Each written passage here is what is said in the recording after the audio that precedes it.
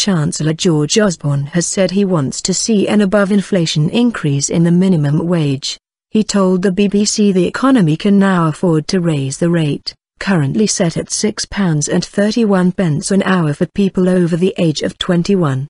The call comes after Labour claims that the economic upturn has not translated into improved living standards. But Mr Osborne said it was Labour's fault that they had fallen and he was aiming to make people better off. The value of the minimum wage, paid to an estimated 1.35 million people, has fallen in real terms since the financial crisis of 2008. The current rate of inflation is 2%. Conservative Mr Osborne told BBC political editor Nick Robinson it would have to increase to £7 an hour by 2015 for its value to return to where it was before the economic downturn struck. The rate is recommended the Low Pay Commission, which is overseen by Liberal Democrat Business Secretary Vince Cable. He said the coalition, since coming to power in 2010, had rescued the country from the brink of disaster and got us into a position where we can now see the minimum wage going up for people and, more broadly, I want living standards to go up for the whole country as we fix the economy. In touch, attacking Labour's record in power, he said,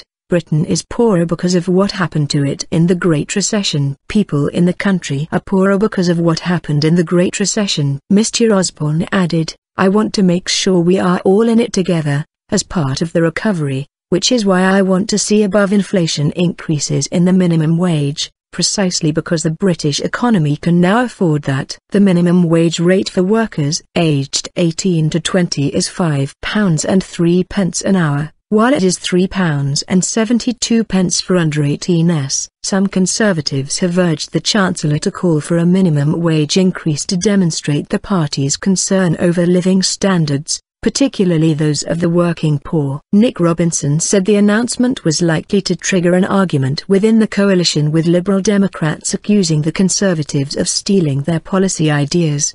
The Conservatives opposed the creation of the national minimum wage in 1999. Mr Osborne said, the Conservative Party in the 1990s was on the wrong side of the argument.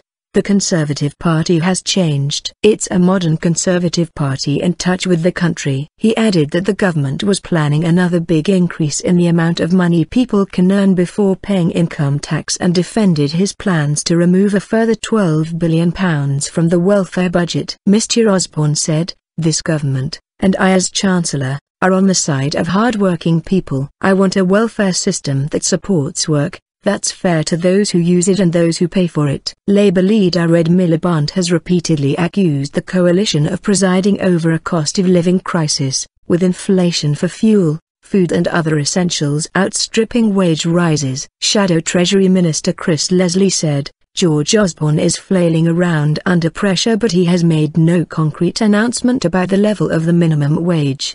He added, the Tories cannot hide from the fact that working people on average £1,600 a year worse off since they came to office. We need action now to earn our way to higher living standards and tackle the cost of living crisis. Duke General Secretary Francis O'Grady said, we welcome George Osborne's acceptance of the Duke's case for an above-inflation rise in the minimum wage. But while this would help many, the Chancellor should be more ambitious about achieving decent pay rises across the whole of the UK workforce. The government should work with unions and employers to increase the spread of the living wage, lift the cap on public sector pay, and recognise that the wages of the millions of workers across the economy have been falling in real terms and now need a decent increase. John Cridland, Director General of the CBI Business Group, said, recommending the rate of the national minimum wage must be a matter for the Low Pay Commission, as the Chancellor recognises an unaffordable rise would end up costing jobs and hit smaller businesses in particular. Any increase in wages must reflect improved productivity. John Allen,